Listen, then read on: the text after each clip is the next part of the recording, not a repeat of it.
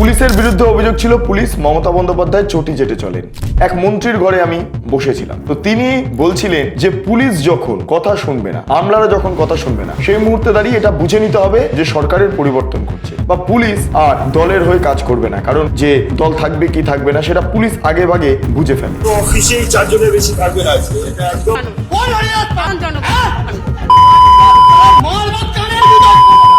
এটা ফলতার মাটি, তৃণমূলের শক্তিশালী ঘাঁটি।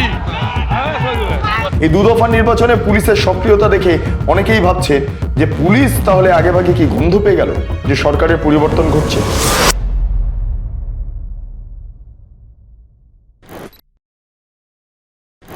পুলিশের বিরুদ্ধে অভিযোগ ছিল পুলিশ মমতা বন্দ্যোপাধ্যায় চটি চেটে চলেন।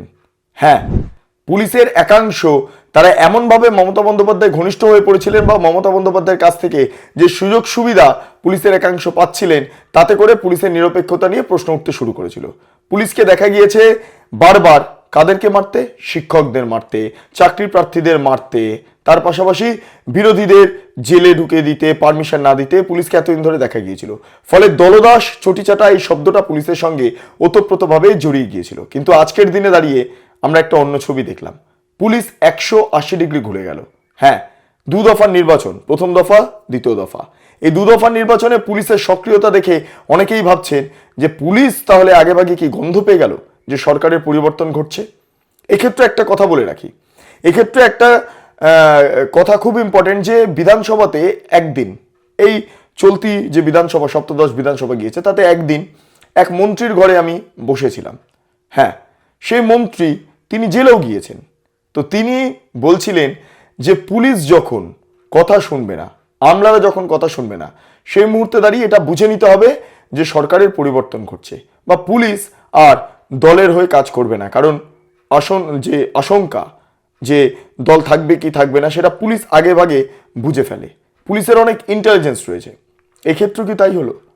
যেভাবে প্রথম দফা দ্বিতীয় দফার নির্বাচনে পুলিশকে অত্যন্ত সক্রিয় হতে দেখা গেল, তাতে করে এ বিষয়তে আর হয়তো কোনো সন্দেহ থাকছে না। পুলিশের এই পরিবর্তন, পুলিশ আগেভাগে গন্ধ পায়। হ্যাঁ, পুলিশ জানে না এমন কোনো কিছু নেই, পুলিশ সমস্ত গন্ধ পায় এবং পুলিশই বুঝতে পারে সরকার থাকছে কি থাকছে না। গতকালকের নির্বাচন আপনারা দ্বিতীয় দফা নির্বাচনে দেখেছেন, বিভিন্ন জায়গাতে পুলিশ রীতিমতো সক্রিয় হয়ে গিয়েছেন। বিভিন্ন জায়গাতে এক জায়গায় কাউন্সিলর রাস্তা আটকে একদম চেয়ারে বসেছিলেন ডাঁটের মাথায়, সেই মুহূর্তে দাঁড়িয়ে সেন্ট্রাল ফোর্সের সঙ্গে পুলিশ এলো, কিন্তু পুলিশ এসে আগে ওই কাউন্সিলরকে রীতিমতো লাঠি উঁচিয়ে ওখান থেকে সরিয়ে দিল এবং যে চেয়ারগুলো ছিল লাথি মেরে সরিয়ে দিল, ডান্ডা মেরে সরিয়ে দিল, ভেঙে দিল চেয়ার। ভাবুন, এক কাউন্সিলর দাপটে একদম ভোটারদের প্রভাবিত করছিলেন, কি হলো? কাউন্সিলর পুঁই পুঁই করে চলে গেলেন। পুলিশ যে সক্রিয়তা সেখানে দেখালো, প্রশ্নচিহ্ন উঠতে শুরু করলো, তাহলে পুলিশ কিসের গন্ধ পেল? এরপর কিসে যাচ্ছে? এরপর আমরা দেখতে পারলাম যে কার্তিক বন্দ্যোপাধ্যায়, মমতা বন্দ্যোপাধ্যায়ের ভাই, তিনি বসেছিলেন অনেকজনকে নিয়ে। পুলিশ এসে সরাসরি বললো এখানে 4 জনের বেশি বসা যাবে না, উঠুন উঠুন উঠুন উঠুন, বসা যাবে না। কার্তিক বন্দ্যোপাধ্যায় রীতিমতো চুপ, একদম। ভাবতে পারেনি পুলিশ এসে এই কথা বলতে পারে। যেই পুলিশ কার্তিক বন্দ্যোপাধ্যায়ের কাছে এসে প্রণাম করতেন, সেই পুলিশকে দেখা গেল কার্তিক বন্দ্যোপাধ্যায়কে সরিয়ে দিতে, মমতা বন্দ্যোপাধ্যায়ের ভাই তাকে সরিয়ে দিতে। ভাবুন, এরপরে আরেকটা ছবি, শুভেন্দু অধিকারী গেলেন এখানে মাফ করবেন, জয় হিন্দ একটি যে কমিউনিটি সেন্টার সেখানে গিয়েছিলেন, সেটা বুথও, সেখানে পোল হচ্ছে এবং সেখানে বুথ জ্যামিং এর একটা অভিযোগ উঠে আসছিল। শুভেন্দু অধিকারী যাওয়ার পরে তাকে ধরে জয় বাংলা স্লোগান ইত্যাদি ইত্যাদি দেওয়া হলো। যাই হোক, তারপর কিউআরটি এলো, কিউআরটির সঙ্গে পুলিশ এবং সেন্ট্রাল ফোর্স উভয় মিলে লাঠিপেটা করলো কাদেরকে? যারা বুথ জ্যাম করেছিলেন। সেইটা আমি নিজে কভার করেছি, সেই ছবিটাও আপনারা দেখেছেন। এক্ষেত্রে দাঁড়িয়ে বলা বাহুল্য যে বারবার পুলিশের নিষ্ক্রিয়তা নিয়ে অভিযোগ উঠছিল, কিন্তু এই পুলিশের সক্রিয়তা নিয়ে যে অভিযোগ, এটা ভাবা যায় না। আরেক জায়গায় পুলিশ ডিরেক্টলি হুমকি দিচ্ছে যে আপনি কি যা করবেন তাই মেনে নেওয়া হবে। কে আপনি? হু আর ইউ? আপনি কে? সে তৃণমূল কর্মী একদম কার্যত ভয়তে একদম কাঁপতে শুরু করলো। পুলিশ এইভাবে গতকাল বা সাম্প্রতিককালে কয়েকটা দিন অত্যন্তভাবে সক্রিয় ভূমিকা পালন করেছে। যে পুলিশের বিরুদ্ধে অভিযোগ ছিল, যে পুলিশের ওয়েলফেয়ারের বিরুদ্ধে অভিযোগ উঠছিল পোস্টাল ব্যালট লুটের ক্ষেত্রে, সেই পুলিশ আজকে এত চেঞ্জ। কি কি ঘটেছে, কি কি ঘটনা ঘটেছে, পুলিশের সক্রিয়তা একবার দেখুন আপনারা, দেখুন, ভাবুন এবং ভাবার প্র্যাকটিস করুন। সমস্ত ছবি, সমস্ত ইচ অ্যান্ড এভরিথিং ডিটেলস পুলিশের দেখুন।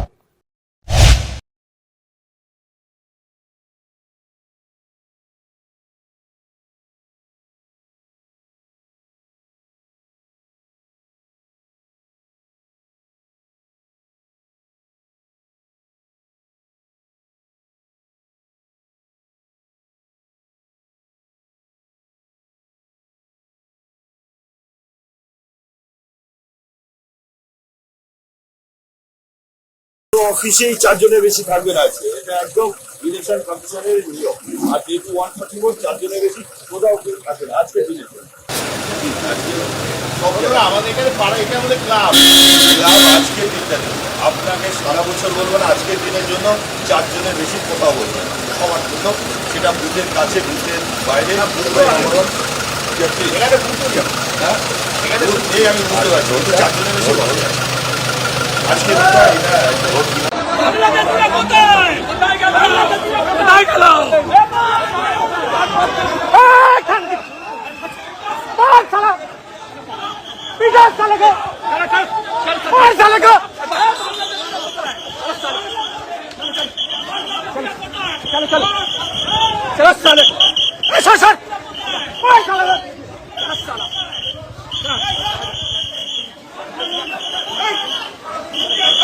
আপনি কোন হরিদাস পাল?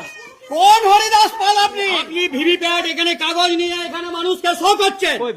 এই তো আপনার গাড়িতে আমি সিজ করেছি। আপনি ডুপ্লিকেট ভিভিপ্যাট এবং ভোটিং মেশিন এখানে মানুষকে প্রভাব করছেন। 100 মিটার 200 মিটারে বা আপনি সাধারণ নির্বাচনে যদি বাধাদান করেন, আমি যে কোনো জায়গায় যে কোনো বিনা ওয়ারেন্টে অ্যারেস্ট করার ক্ষমতা রাখি। আপনি কোন হরিদাস পাল? কোন হরিদাস পাল আপনি? আমরা সাধারণ মানুষ, কোন হরিদাস পাল? আমরা সাধারণ জনগণ, আমরা সাধারণ জনগণ।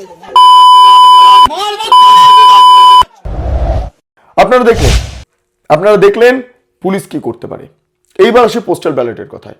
শান্তনু সিনহা বিশ্বাস এই মুহূর্তে কোথায় আছেন, পাওয়া যাচ্ছে না তাকে খুঁজে। হ্যাঁ, ইডি তার পেছনে পড়ে রয়েছে, ইডি সমন করেছে, শান্তনু সিনহা বিশ্বাসের খোঁজ নেই।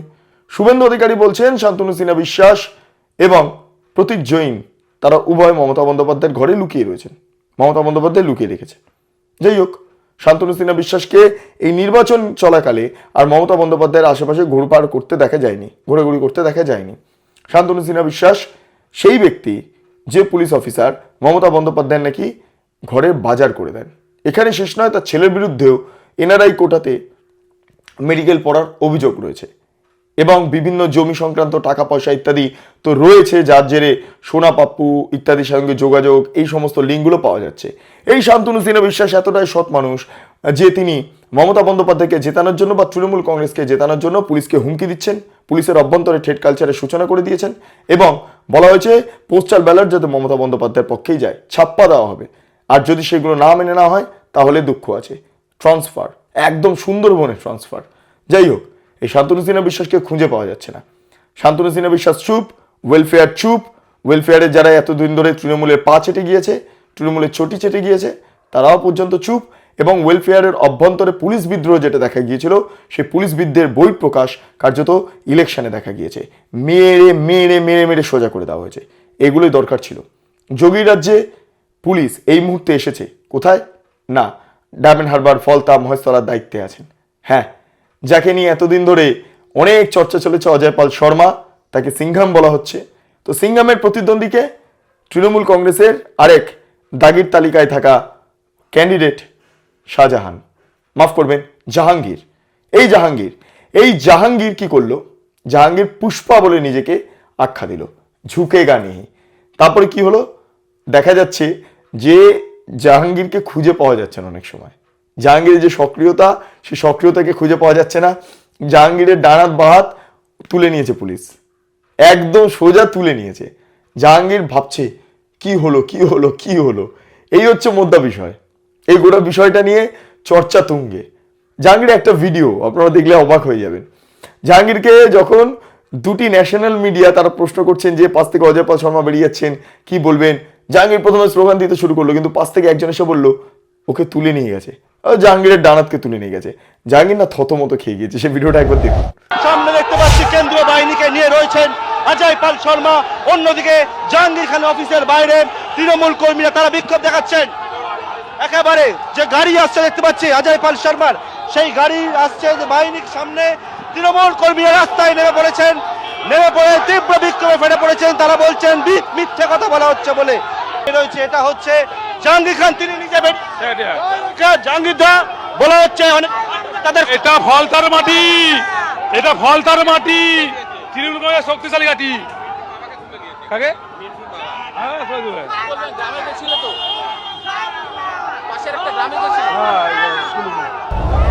আপনারা দেখলেন সেই ভিডিও, জাহাঙ্গীর থতমতো খেয়ে গিয়েছে। এই হচ্ছে অবস্থা। তো যাই হোক, এই কাণ্ড ঘটছে ঘটছে ঘটছে ঘটছে আমরা দেখলাম। সবটা মিলিয়ে একটা জিনিস বুঝতে পারলাম, পুলিশ পারলে সব হয়, পুলিশ সব পারে, পুলিশ অপরাধ দমন করতে পারে। যোগীর রাজ্যে যেভাবে এক এক অপরাধীকে কার্যত এনকাউন্টার করা হয়েছে, ঠিক একইভাবে এই রাজ্যে পুলিশ সেই দিকেই এগোচ্ছে। পুলিশ আর অপরাধকে প্রশ্রয় দেবে না, তালিকা ধরে ধরে বেছে নেওয়া হবে, শুধু পরিবর্তনের প্রতীক্ষায়। এবং সেই পরিবর্তনের গন্ধ পুলিশ পাচ্ছে। এবং পুলিশের এত চেঞ্জ কেন জানেন? এই ডিএ নিয়ে এত কিছু, পুলিশকে দিয়ে এমন কিছু কাজ করানো হয়েছে যেগুলো পুলিশের মেরুদণ্ড সোজা রাখতে সক্রিয় ভূমিকা পালন করেনি। পুলিশের মেরুদণ্ড বেঁকে গিয়েছে, পুলিশ অত্যন্ত ভয় পেয়ে গিয়েছিল একটা সময়, পুলিশের সম্মান নিয়ে খেলা হচ্ছিল। সমস্ত প্রতিশোধ পুলিশ এই নির্বাচনে নিয়ে নিল। মমতা বন্দ্যোপাধ্যায় পুলিশ মন্ত্রী, আর এই মমতা বন্দ্যোপাধ্যায় বলছেন পুলিশ তো আর আমার কথা শোনে না। অনেক অত্যাচার সহ্য করে সেন্ট্রাল ফোর্স এবং এখানকার ফোর্স সবার যৌথ অত্যাচার সহ্য করেও টোটাল সমস্ত machinery government of India, prime minister, home minister থেকে শুরু করে পুরো গভর্নমেন্ট অফ ইন্ডিয়া এবং 19টা রাজ্যের বিজেপি নেতাদের এবং অর্থ ভান্ডার, শক্তির ভান্ডার, বন্দুকের ভান্ডার নিয়ে যারা বাংলার মানুষকে জব্দ করতে চেয়েছিলেন, জব্দ তারা কিন্তু ভোট বাক্সে হয়ে গেছে। এবং সেন্ট্রাল ফোর্সের ব্যবহার কাল করেছে এবং তাতে যে নতুন পুলিশগুলো অ্যাপয়েন্টমেন্ট হয়েছিল যারা আমার হাতে ছিল না। যাই হোক, পুলিশের এই ভূমিকা, এটাকে আপনারা কিভাবে দেখবেন আমি জানি না, তবে কিছু ব্যতিক্রমও রয়েছে। অনেকে এখনো পর্যন্ত ছুটি চেটে গিয়েছেন এবং তাদেরকে নির্দিষ্ট করে চিহ্নিতও করা হয়েছে। শুভেন্দু অধিকারী বলছেন যে সংশ্লিষ্ট পুলিশকে চিহ্নিত করে রাখলাম, দেখা হবে 4 তারিখের পর।